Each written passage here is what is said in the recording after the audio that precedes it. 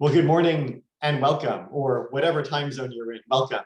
I'm Bill Maurer, I'm the Dean of Social Sciences here at UC Irvine, and I'm delighted to welcome you to this, the last in our series of 10 conversations exploring public anthropology, public social science in the crazy times that we're living in today.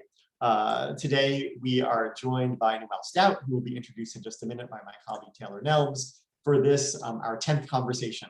For those who have been following along on this series, either live or through the recordings posted on the Wenner-Gren Foundation website, we will be holding a debrief, which we won't do live, but we'll pre-record and then post, and we will be sharing that debrief later on in the next couple of weeks. If you're interested to just have some sort of final capstone reflections on the discussions that we've had so far in this series with our guests and the thinking that we've done and how this, we think, helps us carry anthropology forward. I see that people are still filing in. Maybe I jumped the gun in starting, but welcome again to Criticism Inside, Alternatives Alongside, Organizing Otherwise to Intervene in Anthropology's Future. And this is, as I said, the 10th and last part of a 10-part series on the future of public anthropology and public social science. I'm Bill Maurer, the Dean of the School of Social Sciences at the University of California at Irvine. And this event and the UC Irvine campus are within the ancestral and unceded shared territories of the Ottoman and Tongva peoples. The region extends from the Santa Ana River to the Aliso Creek and beyond. As members of a land grant institution, we acknowledge the Ottoman and Tongva as the traditional land caretakers whose efforts to steward and protect the land continue today. And my co-host, Taylor Nelms, will jump in now. Taylor? Hi, Bill. Hi, Noelle. Welcome, everyone, to the last in our series of webinar conversations about the future of public social science. We're thrilled today to be joined by Dr. Noel Stout, who is on the research faculty at Apple University. Noelle is a cultural anthropologist, a feminist scholar, an author, lecturer, public scholar extraordinaire.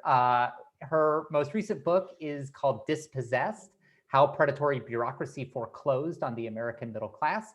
And she's also written an amazing book called After Love: Queer Intimacy in Erotic Economies and Post-Soviet Cuba. Both of them, Noelle, not to embarrass you, were incredibly formative for me as an anthropologist. And we're really excited to reflect with her on the transition from academia into some kind of alongside, outside, inside position with Apple University, and to talk more broadly about what public social science is and can do these days. So Noelle, welcome. Thanks so much for joining us. Thank you so much, Taylor and Bill. I'm so excited to be here. I've been following the series, and it's just been really inspiring to think with you both about the future of anthropology. It really feels like we're at a kind of crossroads in terms of our discipline, and it's exciting to think about the new possibilities ahead. So thank you so much for the invitation. Yeah, thanks. And I think that, we'll ask you about what you think about those crossroads in just a second. So we'll be joined in just a few minutes by 3 PhD students: Kim Fernandez from the University of Pennsylvania, Nina Medvedeva from the University of Minnesota, and Nima Yolmo from the University of California, Irvine. As Bill mentioned, we will try to record a debrief on this series in the coming weeks. But for now, we're really excited to jump into our conversation with Noelle. Thanks to the Wenner-Gren Foundation, of course, and the UCI School of Social Sciences for their support for this series. And to those who are attending, please do feel free to jump in with questions using the Q&A feature on Zoom. So Noelle, maybe I'll just start with a question that I've been asked before from folks who've looked at the series and seen your name and your title. Can you tell us what is Apple University and how did you end up working there? Yeah, I can tell you, but then I'll have to kill you. It's top secret. No, it's really, it's not so secret. So I'm a faculty member at Apple University, as Taylor mentioned. I'm in the program in advanced teaching and research. So I spent 10 years as a professor in the anthropology department at NYU, where I taught in the culture and media program. So not only did I do a kind of typical anthropology gig, but I also taught graduate students to make documentary films. And then I spent 2 years at Stanford at the Center for Advanced Study in the Behavioral Sciences. And during that time, I gave a talk at Apple University and became really interested in what they were working on, and they invited me to join the faculty. So that was about 2.5 years ago, and about a year into my time there, I ended up giving up my tenured position at NYU and making a full-time transition to Apple. So my position at Apple is really unique. I'm still an academic anthropologist, but I'm working in the private sector. So there's not a lot kind of in this vein that exists. I'm not doing applied anthropology. I'm not doing user research. I'm doing what I've always done. I'm doing research and I'm teaching typically around issues focusing on inequality. But I'm just doing it now at Apple. So for Apple employees and executives. And my anthropological research, in really kind of plain terms, has focused on the social toll of market creation and disruption. So my most recent book, Dispossessed, which you mentioned, was based on 2 years of research among homeowners who were trapped in these Kafka-esque public-private mortgage assistance programs in the midst of the 2008 foreclosure crisis. So my research was based in Sacramento Valley, which was especially hard hit by the foreclosure crisis. And there I worked with homeowners on the brink of eviction, and then the lending employees at big banks like Bank of America and Wells Fargo, who were basically tasked with denying the appeals of millions of homeowners. So in Dispossessed, I looked at these kind of bureaucratic failures that came to define what became a stratified social world after 2008. My first book that you mentioned, After Love, Queer Intimacy and Erotic Economies in Post-Soviet Cuba, looked more or less at kind of these broader trends around economic crisis and focused on kind of the intimate effects of crisis. So as Cuba transitioned to post-Soviet socialism, looking at how that played out in people's queer identities and the kinds of desires that they had and their relationship to commodities. And then during my time in Cuba, I also shot and directed a feature-length documentary, Luchando, that followed the lives of sex workers in Havana's queer enclaves. And that film had a kind of life of its own on the festival circuit, and then had an afterlife as a pirated film, which I wrote a bit about. So before the pandemic hit, I was exploring these questions of markets, reciprocity, late liberal capitalism through a new project that was looking at inequality around AI and machine learning. But I put it on hold for the past year because I'm trying to figure out kind of what the social world is now that we're looking at, and what inequality means today. It's changed so much over the past 12 months. So the questions I'm interested in are changing. My research is on a bit of a hiatus as I kind of reposition my interest. So in kind of in the forefront, as I'm thinking about these issues at Apple University, really in the most kind of pragmatic sense, I develop and teach courses that are very similar to what I would do in the university, oftentimes a bit more with an interdisciplinary focus, because at Apple, I'm not necessarily training the next generation of anthropology students as I was at NYU. So the conversations can be much broader. And I'm pulling from different kind of traditions and theoretical models than I would in an anthropology department. But basically, I teach courses in feminist studies, critical race theory, one course that focuses on gender and organizational culture called Gender Participation and Influence, another that is more similar to what I would do in anthropology department called Technologies of Gender. I teach a forum on Audre Lorde. I teach a class on Isabel Wilkerson's new book, Caste, that looks at the history of caste within anthropology, going back to Allison Davis. And most recently, we launched a course called Race and Justice in the United States, a Third Reconstruction. And that class was really inspired by the killing of George Floyd and the global uprising that followed. And that's a course I co-teach with a political philosopher, Josh Cohen, who still teaches at Berkeley. He was at MIT for many years and Stanford, and is also an editor of the Boston Review.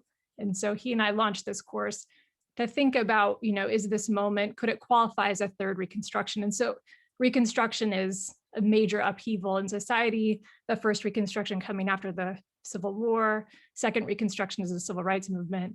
And then today, can we think about what's happening, in the world in terms of racial justice as a third Reconstruction? And so in that class, in particular, I focus on economic justice and the wealth gap.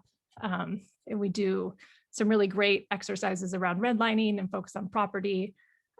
So that's kind of, in a nutshell, kind of how my research has evolved and then what I'm up to at Apple. Great, thanks. I think I'd love to hear a little bit more, to the extent that you're able to discuss it, about kind of the mechanics of all of that. Like how many students are in your class? Do you have a teaching assistant? Are they meeting like 3 hours a week? What's the, and sort of what's in it for them, right? Like to the extent that you're able to say, like, what does Apple want, like out of this? What's supposed to happen?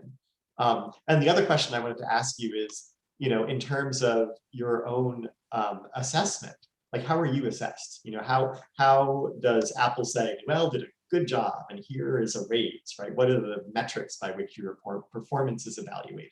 Yeah, those are great questions. I mean, I think, we don't, there's no grading.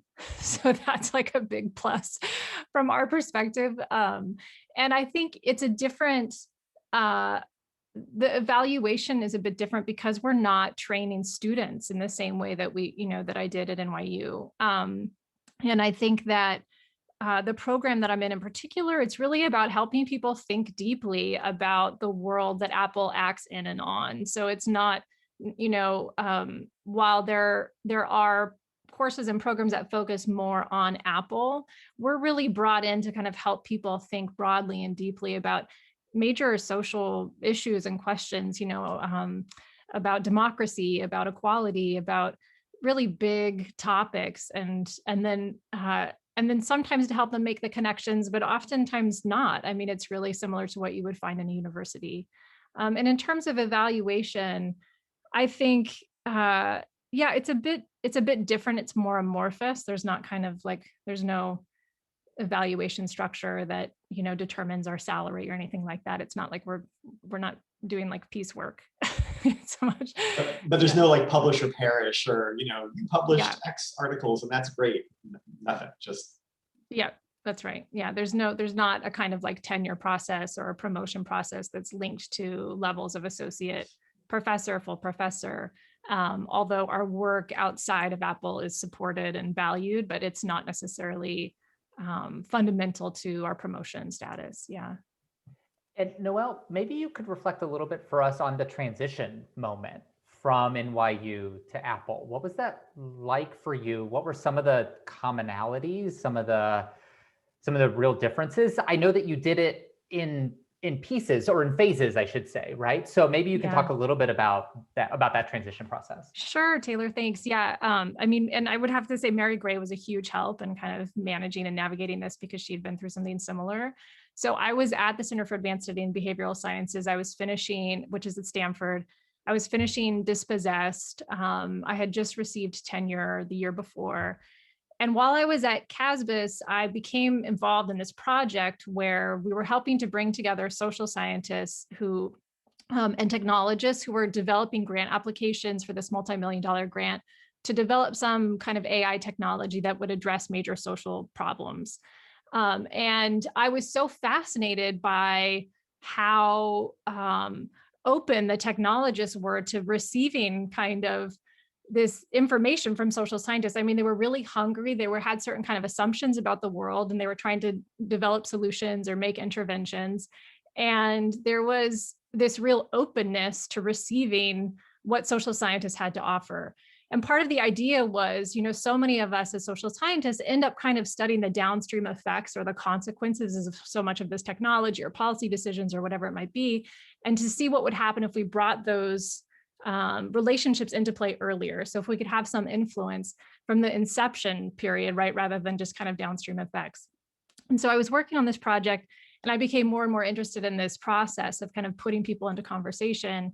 And so I started doing interviews around AI and ML, and I ended up meeting Josh Cohen at Apple University, and he invited me to give a talk. And from that, and I just gave a talk on my research on Dispossessed. And I was just super interested in what was going on. I mean, it was, when they invited me to spend some time there, it just felt like a really great opportunity because I mean, Apple's products and services touch over 1 billion people's lives. It's like the influence that they have is really extraordinary. And because they have products and services in so many different areas, it's not just iPhones and iPads, it's credit card lending, it's, emoji design, it's all kinds of, it's now they have film and television that they produce content for. So it's like they have so many different pockets of interesting things going on that are really relevant. And so I thought, to have the opportunity to influence even a really small way, how leaders or employees in the company are understanding the world that they're working in, like what an incredible opportunity. And so I spent a year there. I kept my position at NYU. I spent a year there at Apple. And I really just felt like a kid in a candy store in so many ways, because there were so many opportunities to work with really smart, super interesting people who shared a lot of my political values. And so I really was learning so much. And then so when they made the full-time, when they, asked me to come on board as a permanent faculty member, it just kind of made sense to me. This might be a difficult question. Do you feel that you've lost anything in the transition? Sure, of course. I mean, I miss training students. That's a big issue. And I think that my work, many of the things that I might learn through my research at Apple, I can't share in the same way. Now, I'm kind of used to this in a sense because I think that these issues of confidentiality and privacy exist in any kind of field work that we do, in any ethnographic project that we might have. So there's a lot of times that we have to manage these relationships around privacy. And so that is a piece of it. I think at the same time as if you're in a position where there is kind of more of a spotlight on what you're doing, then you have to be even more careful. And so I think that that's new for me, and that feels like kind of a loss. And I had a great department at NYU. I mean, I really loved my colleagues there. I really had like a wonderful experience. And so I wasn't running away from something. But I do, I feel like this is kind of an experiment, and I'm a bit of an experience junkie. And so I'm like, this is like a great way to kind of push those boundaries and those limits, and to see, what does anthropology look like when it's really just out in the world, when it's out in the wild? What kinds of things can we create? And then how might that speak back to the discipline? So I don't feel like I've given up necessarily on my role as an anthropologist. I'm not doing applied work. I still think of myself as a theoretical anthropologist, but it's just, I'm interested to see what are the kind of limits that I'll hit up against in this new experiment. I really like that framing. That resonates really powerfully with me and my own transition out of out of academia at the University of California, Irvine, to Filene, this nonprofit research organization. Yeah. It really felt like I was going and doing field work, right? I have a job, but of course, lots of field work involves getting a job these days. So, in some ways, it does feel like taking anthropological work and really embracing the experience or the participant observation piece of it, right? It's not as simple as that, but like you said, it's like investing really in those kinds of insights about applied anthropology that really foreground the importance of practice. Yeah. And I think there's this great question that Bill actually asked in the first session of this series, where he said, how do you get aligned without subsuming yourself? And I think that is a question that I'm constantly thinking about, because I do feel like my journey at Apple, I do feel like a researcher. I'm seeing it from the perspective of an ethnographer, and I'm not sure what the project is. I don't know what the book will be, but I can tell that everything I'm learning is kind of, I have that feeling, that sense that you get when you're doing research and you get one of these great conversations, and that story somehow will end up influencing how you're thinking about your work. But now I just don't know what the end product will be. I don't know where I'm headed, but I do know that this is all kind of forming some kind of new thinking about what the field might be.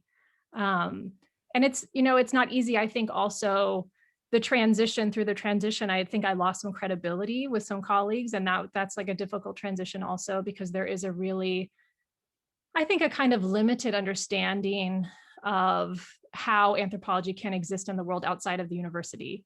There's a kind of closed-mindedness about that. There's this assumption that people only take jobs outside of the academy because they can't get an academic job. And that's actually not the case. I mean, there's some really important, exciting stuff going on outside of the university. And I think it's weird in the sense, and it's a shame really, that so many other disciplines have a kind of open door policy where you have economists who are going to the Fed and then coming back to academic departments, or you have sociologists who are involved in these think tanks or wonderful, policy centers that are doing really great work. And then they go back to the academy. And we don't have that same kind of revolving door policy within anthropology. It's like very bifurcated and kind of this either or situation. And I think, we can get into trouble when we start drawing these stark divisions between inside and outside of the academy. If we turn an anthropological lens on that question, immediately we recognize that it's a false distinction, right? It's something that there's a kind of boundary maintenance exercise that we're doing through everyday practice. And I think it not only limits our potential and what we can do in those kind of public conversations and our influence, but I think it also obscures the kind of politics that exists within the university. So when I started at Apple, just a couple of my colleagues, more senior anthropologists who I'd really known since graduate school, who I'd collaborated with, there was this way that they would use the term corporate that was definitely an insult in our conversations. And I harbored those same feelings. I spent my entire career critiquing capitalism, and I still do. I'm definitely not an apologist. But I realized that what's really obscured by this approach was how NYU was also wrapped up in neoliberal racialized capitalism. I mean, NYU was preventing unionization around, among graduate students. It relied on exploited slave labor to build campuses in Abu Dhabi. It was engaging in this kind of like imperial project. And there were issues around tuition increases and bloated administrative salaries. And, our president had an interest-free multi-million-dollar loan for a summer home, and undergraduates were using sugar daddy websites to pay tuition. And so there are all these politics. And I think Hugh Gusterson writes really eloquently about this in his article on the neoliberal university.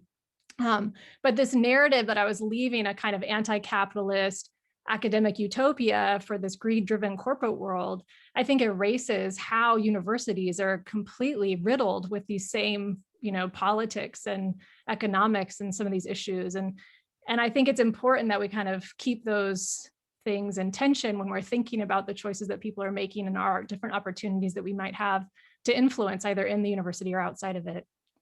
And I also think that it obscures the heterogeneity that exists out in the world of quote unquote capitalism, right? Something that Bill and I and you have really been really concerned to highlight as well. Yeah, definitely. Yeah. I wanted to dig into some of those limits that you mentioned, and shifting from the limits of anthropology to deal with people who are going inside outside, and then taking it into your work at Apple University. So the limits around what you can and can't say, what you can and can't publish.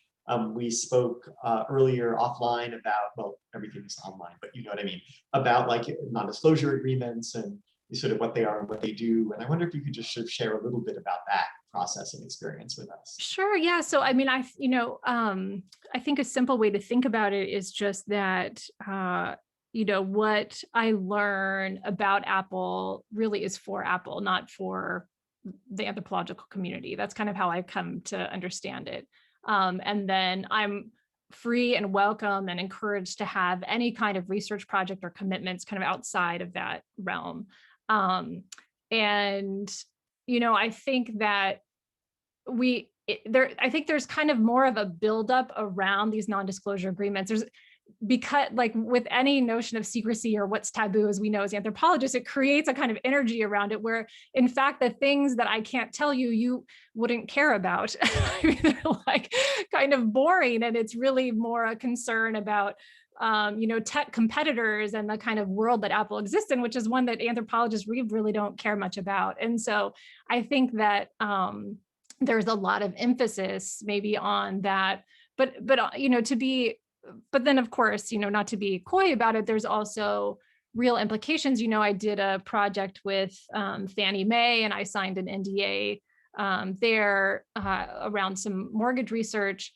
And I think that, for me personally, I felt like we have to become more comfortable with those kinds of collaborations and the worlds that they exist in, which include certain limitations on what we can and can't say.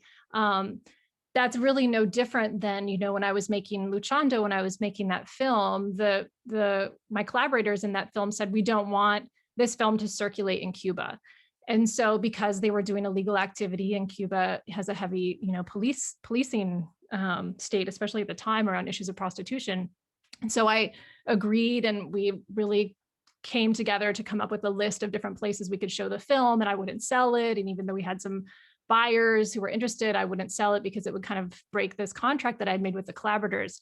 And the film was then pirated, and it did circulate in Cuba against their wishes and my own. And so through that experience, I really came to recognize the kinds of, the lack of control that we have over how information circulates. Luckily, nothing happened to anyone who was in the film, but it was a huge learning experience for me around the ethics of collaboration and around how we deal with people's ability to control the information that they share with us. And I think that's something fundamentally as an anthropologist, we always have to negotiate, no matter, who we're working with. I think with studying up, it's just much more structured, and that the people that we're working with have a way of handling those issues. And then people from more marginalized communities might not have that same kind of influence over how we share their knowledge.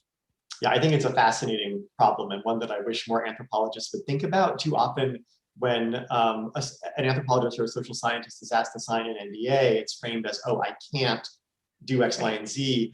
But then when they're in other contexts, there's never that thought of, well, I shouldn't do X, Y, and Z, right? So, I mean, we were talking about this the other day. Anthropologists have long trucked in other secrets, but they felt no compunction about sharing them, upon coming home, because there was this assumed complete separation, a gulf between the field and the world of professional anthropology. So you can read about how to do a secret society in West Africa. Right. You can look at pictures of tringas. You can on and on and on and on. Yeah.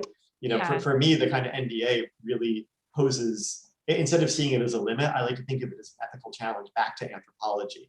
I love that, Bill. I think that's great. Again, your Luchando example is perfect for thinking. It's such a great example. And like you said, Noelle, I think that the difference is absolutely one of power and remedy, right? Because, Apple has the legal and political capacity and capability to act on the ethical challenge it poses to anthropology, for good or for ill. Right. While many of our collaborators and interlocutors around the world simply do not, even when they would like to, right? And I think, and to give kind of, previous generations of anthropologists the benefit of the doubt, there was a real separation, I think, between the field and home, and that's just completely been collapsed. I mean, for our generation, we're coming up in a moment where everything is viral all the time, and so there's not the same kind. I mean, to get information from Samoa to New York City, when Mead was working, was an entirely different thing than it is today when everyone's on Facebook. And so I think that the conditions under which we do our research have also changed. It's not that we're somehow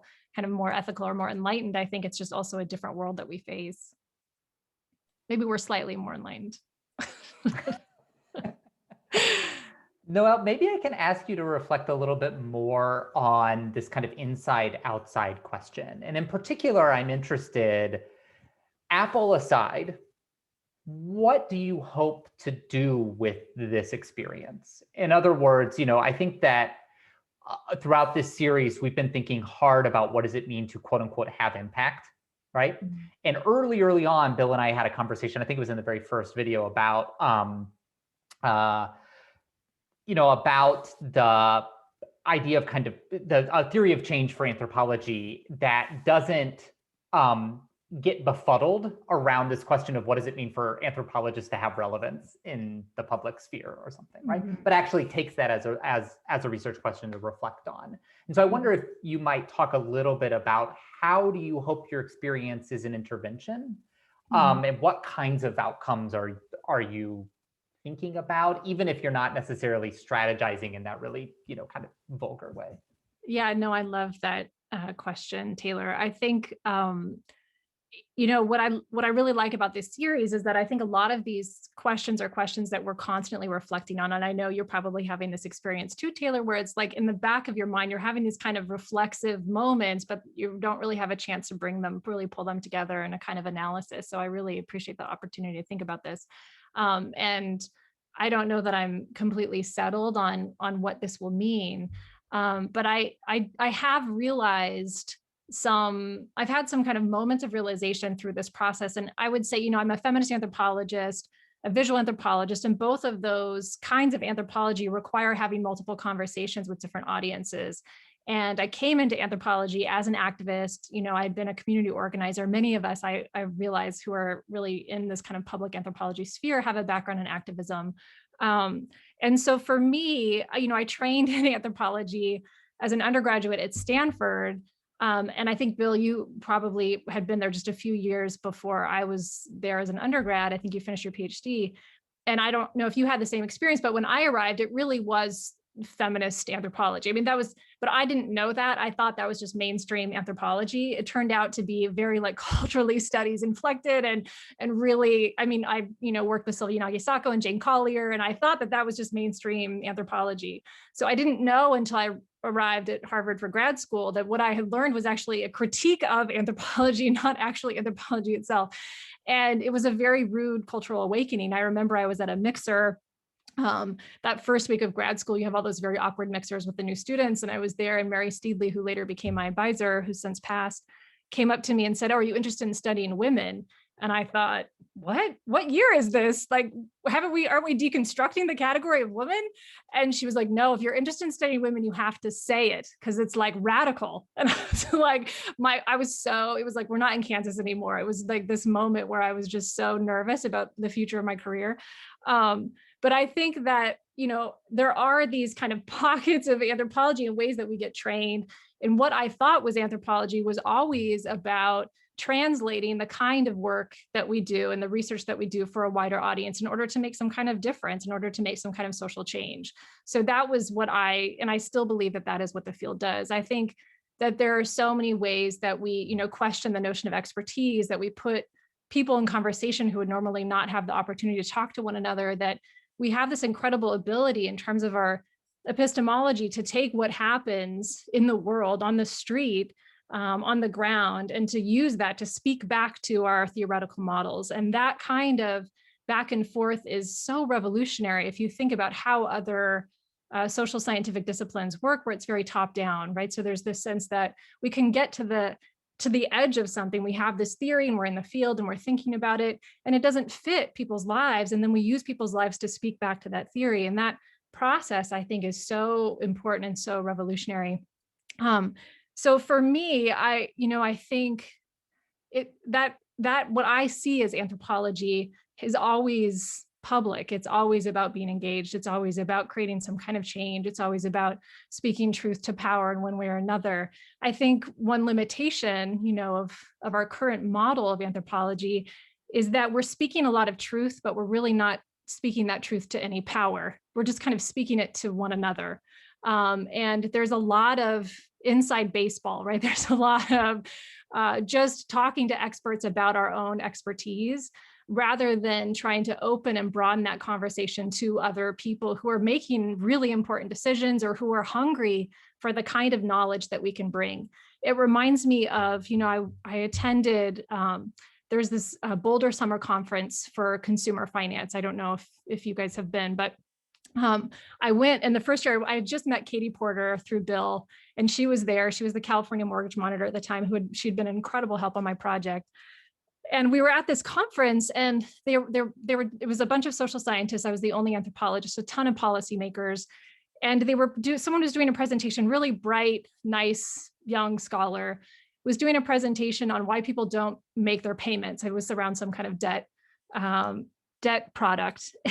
And it was like everyone was just, there were all these hypotheticals and statistical analysis, and no one just thought, maybe we should just talk to these people. Like, you like, surprise, there's the magic revolutionary method where you can just ask them why they're not paying, and they'll tell you.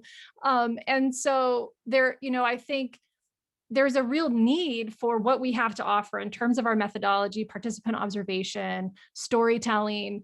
There's a real hunger for that, but anthropologists are not doing enough to make those conversations happen outside of our own field. And we're not at the table for a lot of these really important conversations. And I think, training students to attend those conferences, to have those conversations, to think about anthropology, not just in terms of kind of internal critiques that we make of our own discipline, which we're definitely very skilled at, but then what is anthropology? Why is it useful? Why is it important?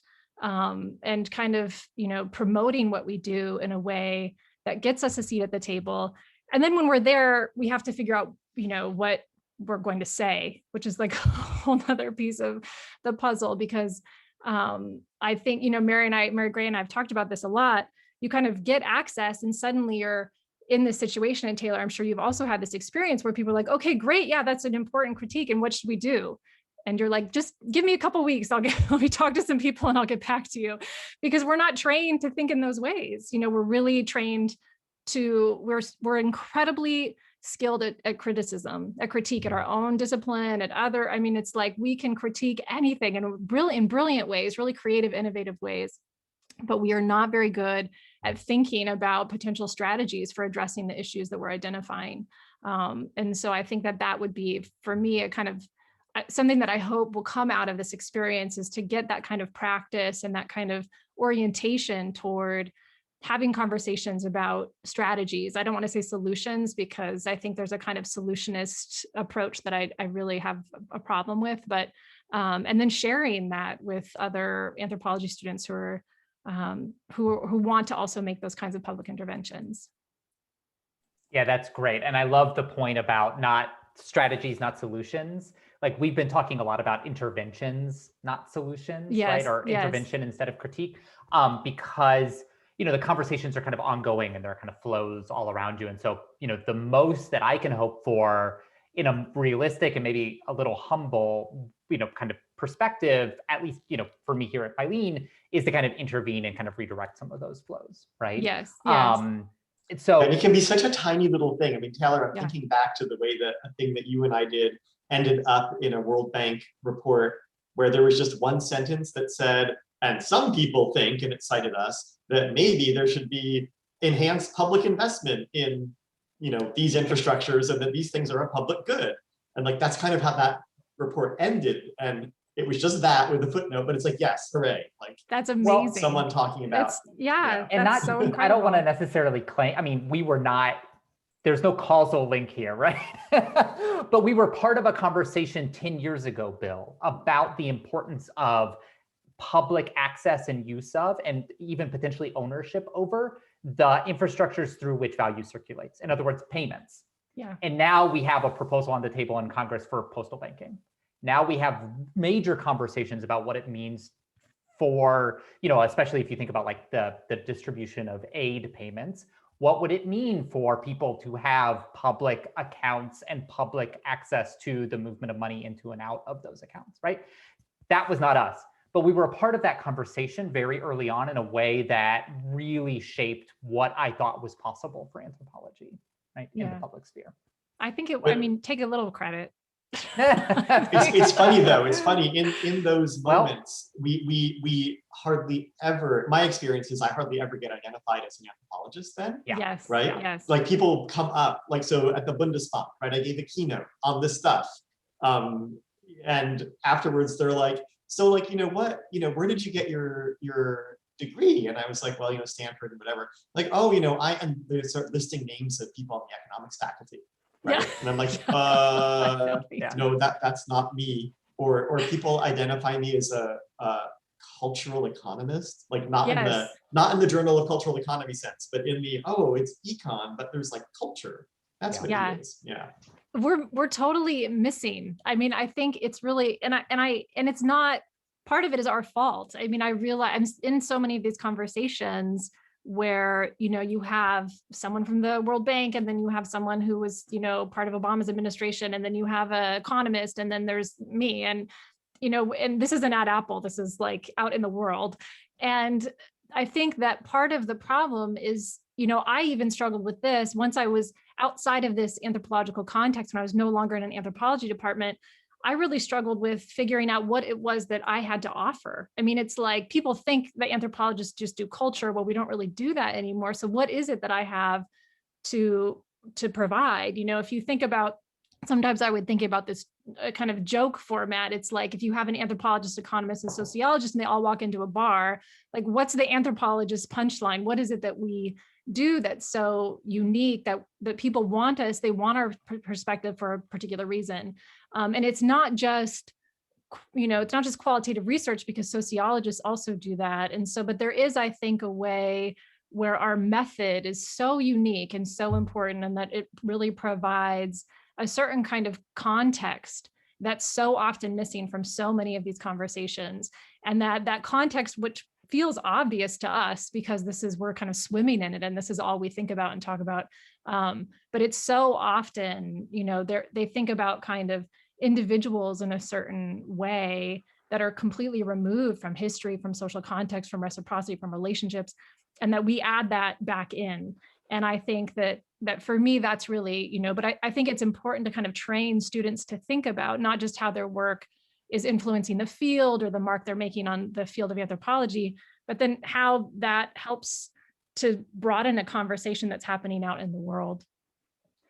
Yeah, and I also think 100% on board with everything that you've said, Noelle. And I think it is important for us to also be willing to let go of anthropology. Wow. All of it, like even in anthropology. That's where you're going to end the series. I'm just saying that in some ways, I think that the letting go is really important, right? That's because, especially in that moment of critique in which we're redefining what it is that counts as anthropology. What are our presumptions about anthropology? What you put forward, this idea that persons are really, kind of that relational persons, right? That is the feminist critique of anthropology. Right. I know, you're right. But that's great. And so in some ways, and I think that we need to be willing to kind of let anthropology die in at least some ways, right? Just to harken back to something that one of our previous, who is not an anthropologist, but very kind of like a fellow traveler in anthropology, said to us about the importance of kind of hospicing ideas. Right? Hospicing. So I know that this is a great conversation. I do want to be able to bring in Kim, Nina, and Nima to, jump into this conversation and maybe ask a couple of questions as well. I'm not sure which one of you wants to jump in first, but if you have a question for Noelle or a conversation starter, please do. Yeah, thank you, Noelle. And you touched a bit on how you see your research at Apple University as being geared more towards like internal purposes, and that students at AU are perhaps, I'm imagining, in this realm of market creation, where like the constraints of funding, et cetera, that you see in traditional universities may be different. So could you talk a little bit about how the different student audience and the institutional setup shapes the courses that you teach? More like, I'm interested in knowing what people are interested in there, in learning, and why. Thank you. Yes. That's such a great question, Nima. Thank you so much. And you're really picking up on all these different dynamics in such an intuitive way so quickly. It's really impressive. I think, what's interesting is that in my particular position, and this is why it's so unique and I think so different than, say, if I was in kind of a learning and development department at Google or something. Apple University, it has a kind of independence to it. So there's, I really, for almost the first time, arrived kind of thinking, what do I think is important? And then let me develop classes and design classes around that. And so, Steve Jobs has this famous quote that, we hire smart people not to tell them what to do, but so they can tell us what to do. And that kind of ethos is really present, throughout Apple.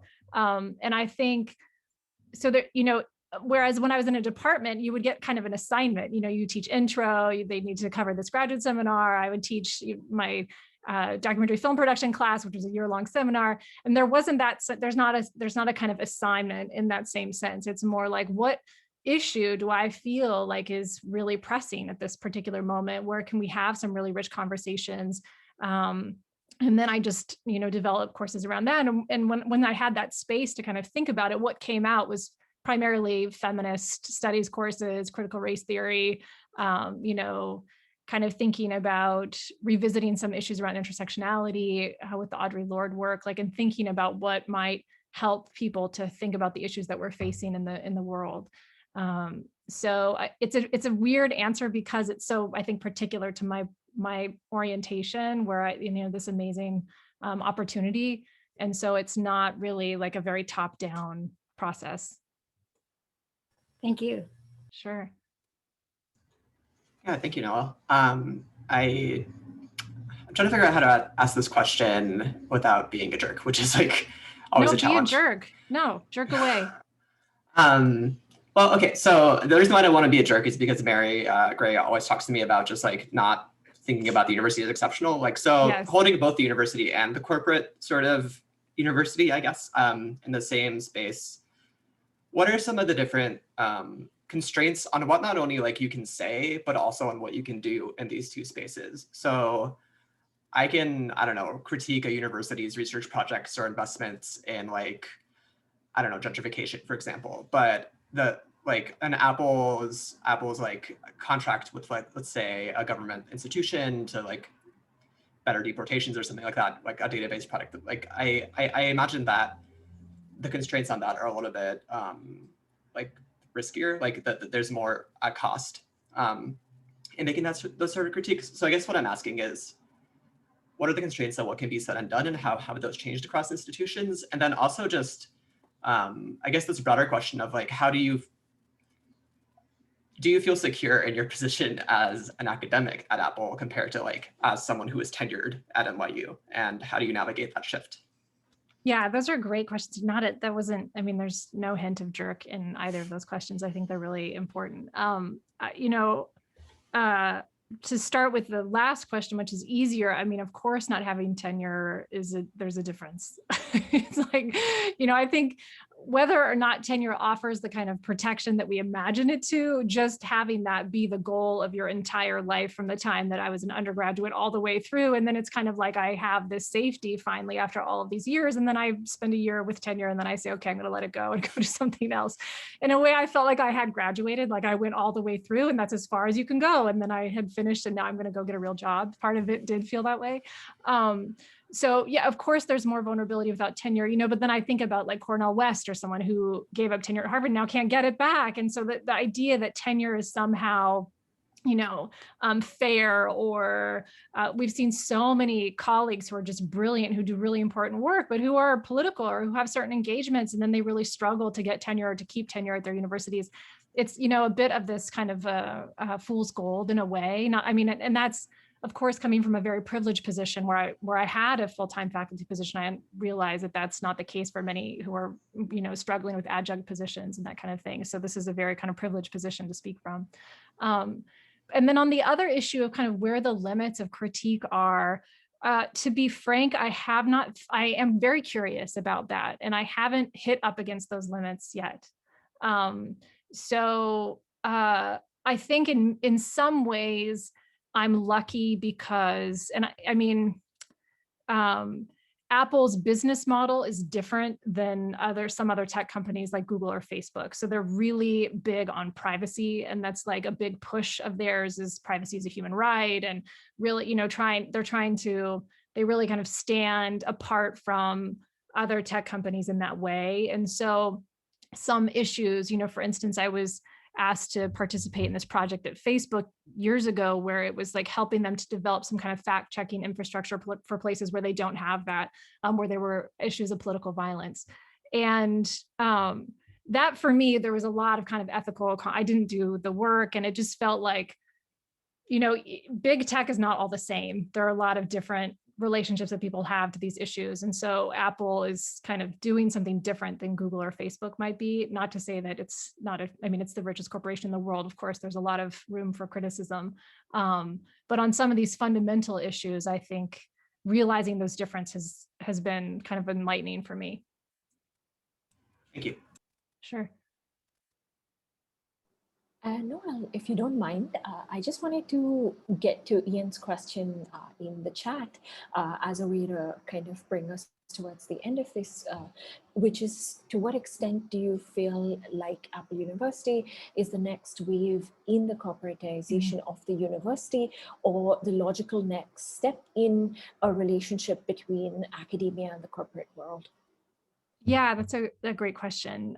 Thanks, Ian and Kim. I think that I can say what I would like to see. You know, I can't really predict the future. I don't think that we're going to see I don't think we're going to see corporations with universities. I don't think we're headed in that direction. I think that, you know, there's definitely financial pressures on universities in terms of kind of a neoliberal approach. And I think that that is much more the trend or the direction.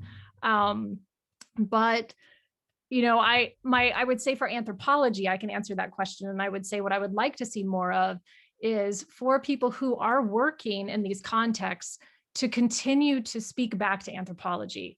And I understand it's difficult because you have this full-time job and you're not you don't have the pressure to publish or perish. You don't have the pressure to have research projects. But I feel like what happens, and there's some really wonderful people who are, who are working on really terrific projects, but there's a way in which then there's a kind of gap between the work that they're doing out in the world and how anthropology is shifting and changing and how we're understanding the discipline. And I think part of that is because there's a stigma attached to working outside of the university. Part of that is because people get very busy, but we need to create more opportunities like this one really to have these conversations where people speak about their work. And I think it was either Bill or Taylor who earlier in the series said something about, when people are invited to give talks, it's always just, how do you get a job outside of the academy? It's not really about what their work is on.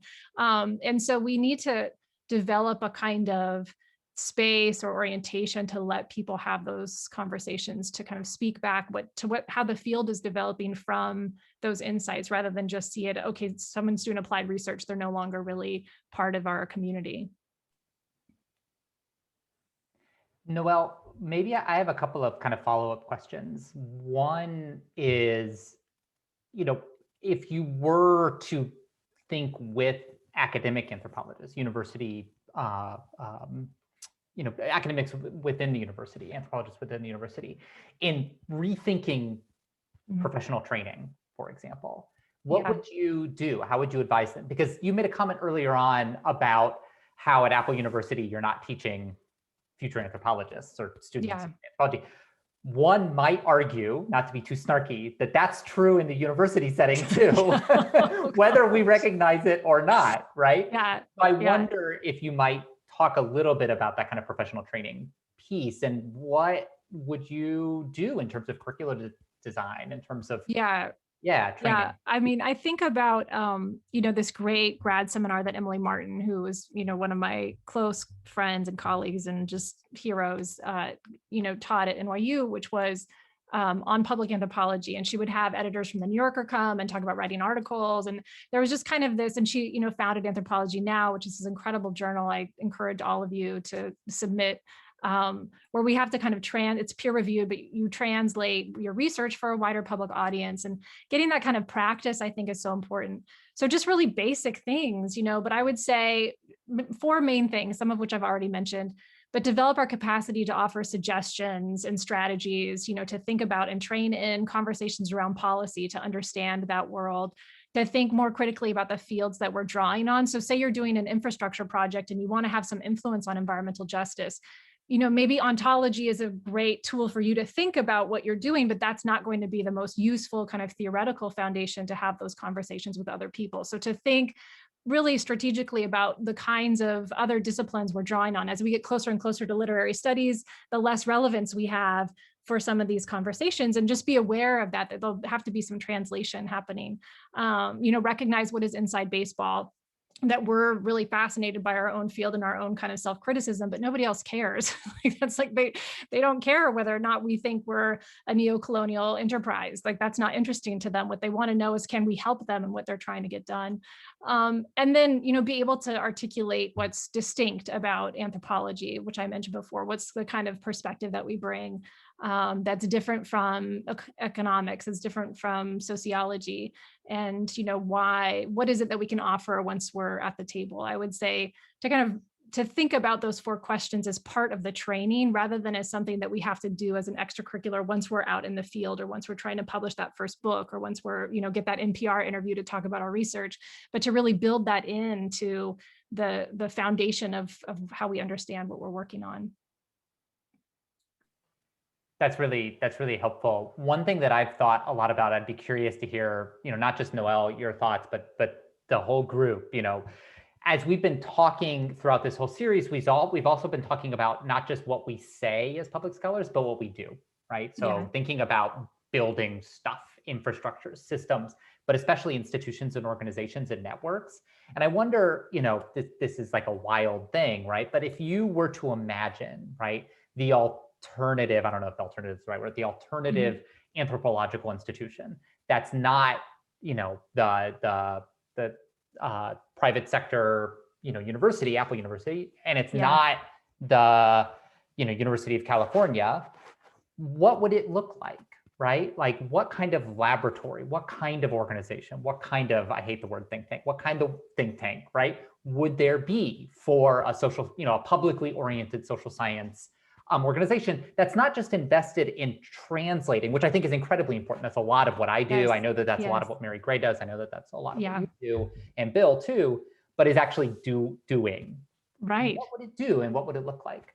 I feel like you've probably thought about this a lot more than I have, Taylor. And I would love to, I know we only have a couple of minutes, but I think it's so exciting. I mean, all I can say is like, I'm coming, but I don't, whatever we're doing, like I reserve my seat because I think that we haven't had the opportunity or the space to really answer that question. I haven't had the chance to think about it because my entire career, whether it be as a visual anthropologist or a feminist anthropologist, activist anthropologist, whatever I am now, this experimental engaged anthropology has always been about translation. It's always been about, we have the field and then we find a way to help people understand its relevance. But if it was just completely on our own terms and we weren't caught up in that process of translation, what kinds of possibilities and kind of world making exercises could we engage in? I think it's a really great way to, it's an opening and it's a way to also end. I really love that. Yeah, and that might be the way that we end this conversation and this last talk in this series. Thank you, Noelle, so much for the discussion and for kind of, blowing our brains open. I did have a lingering question, which is like, do they force you to only use Apple products the way that the Gates Foundation used to force its employees to use like those old funny Tiley phones and whatever Microsoft's iPod equivalent used to be called, you had to use those. So everyone also had like secret iPhones and secret Blackberries. But anyhow, it's really just aside from the discount, there's no forcing. Aside from the great, excellent. No, it's really it's a soft nudge, right? Yeah, like exactly. Market incentives. Yeah, well, this is so much fun. Thank you. And also thank you again to the grad students, Kim, Nina, and Nima, who have been with us the whole way through, posing challenging questions to our guests. Thank you, Taylor, for doing this with me and for having the idea to make this happen. I also want to thank Jenny Fan and Laura Yeager-Stavopoulos. Jenny's been in the background making the Zoom webinar work. Lori's been cart captioning the whole thing so that we have the captions and then also a transcript. Thank you to the School of Social Sciences and the Wenner-Gren Foundation for Anthropological Research. And Taylor, I'm going to say a final. I have no final words. Noelle, do you have any final, like what's your takeaway from the series? I know that you've been kind of watching and thinking, and I wonder if you have any like final go-dos for us. What would you suggest that we do next? I mean, I would just keep it up. I'm curious. It's like you have a kind of momentum. I think you've both identified, and you've both been so involved in this in different ways, but I think you've identified a real need within our field, whether, hopefully it's not 100% hospicing anthropology, but there's definitely a kind of, there's a space opening, I think, for some of this. And there's the younger generation of anthropologists, I think they're not as interested in these old kind of binaries that existed before. And there's an openness to the new possibilities, and not just coming from some kind of pragmatic approach to how to get a job, but to really rethinking some of these elements of the field. And I think you really have your finger on the pulse of something important. So I'm excited to see what comes next. Well, thank you, Noelle. Thank you, everyone, for being here with us and along for the ride. And we'll see what comes next. We'll see what comes next. We'll let you know. Yeah, keep us posted. Yeah. Stay tuned. Yep. Yeah, exactly. Take care, Thank you, everyone. Bye-bye.